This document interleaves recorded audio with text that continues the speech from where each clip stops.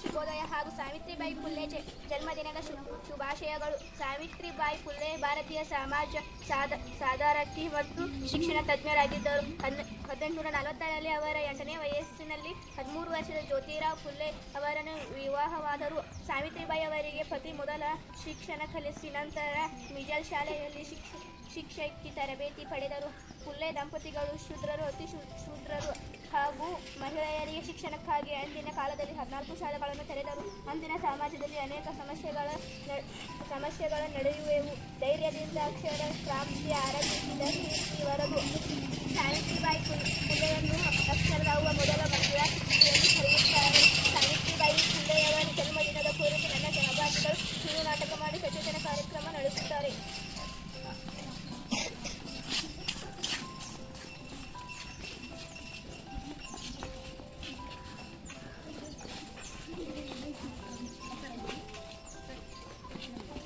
ಸಾವಿತ್ರಿ ಅಕ್ಷರ ಕಲಿಯಕ್ ಬಾ, ಅಕ್ಷರ ಹೇಳ್ಕೊಡ್ತಾರೆ. ನನಗೂ ಅಕ್ಷರ ಕಲಿಯೋ ಆಸೆ ಇದೆ.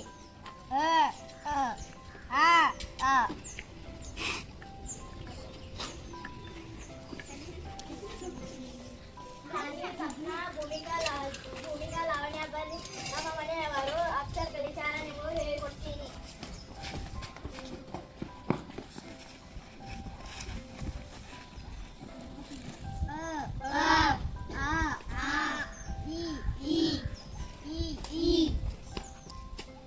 ಎಲ್ಲಿ ಹೋಗ್ಯಾರ? ಎಲ್ಲಾ ಕೆಲಸ ಹಂಗ ಅದಾವ. ಮನೆಯಿಂದ ಹೊರಗೆ ಹೋಗಬೇಡ ಅಂದ್ರೂ ಹೋಗ್ತಾರ. ನೋಡಿದ ಮಂದಿ ಏನಂತಾರ? ಎಲ್ಲಿಗೆ ಹೋಗಿದ್ರಿ? ಇನ್ನ ಮಠ ಕೆಲಸ ಎಲ್ಲ ಹಂಗ ಇದಾವ. ಅಡುಗೆ ಮಾಡಿಲ್ಲ, ಪಾತ್ರೆ ತೊಳೆದಿಲ್ಲ. ಅದು ಸಾವಿತ್ರಿ ಅಕ್ಕ ಅಕ್ಷರ ಕಲಿಸಕತ್ತ ಅಕ್ಷರ ಕಲಿಯಕ ಹೋಗಿದ್ದೆ. ಅಕ್ಕಿ ನಾನು ಅಕ್ಷರ ಕಲಿಯಕ ಹೋಗಿನಿ. ನೋಡ್ರವ್ವ, ನಾವು ಹೆಣ್ಣು ಮಕ್ಕಳು ಮನೆಯಿಂದ ಹೊರಗೆ ಹೋಗೋ ಆಗಿಲ್ಲ. ಅಕ್ಷರ ಕಲಿಯುವುದು ಬೇಡ. ನೀನು ಮದುವೆಯಾಗಿ ಗಂಡನ ಮನೆಗೆ ಹೋಗಾಕಿ ಕೆಲಸ ಮಾಡುವುದು ಕಲಿ. ನಾವು ಎಷ್ಟು ಕಲಿತರೇನು, ಗಡಿಗೆ ತೊಳೆಯುವುದು ಬಿಡಲ್ಲ.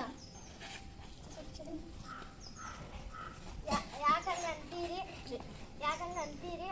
ಹೆಣ್ಣು ಮಗಳು ಮನೆಯ ಆಳು ಅಲ್ಲ, ಅವಳು ಸ್ವಾತಂತ್ರ್ಯದವಳು. ಆಕೆಗೂ ಶಿಕ್ಷಣ ಪಡೆಯಬೇಕು, ಶಿಕ್ಷಣ ಸಿಗಬೇಕು, ಹಕ್ಕಿದೆ.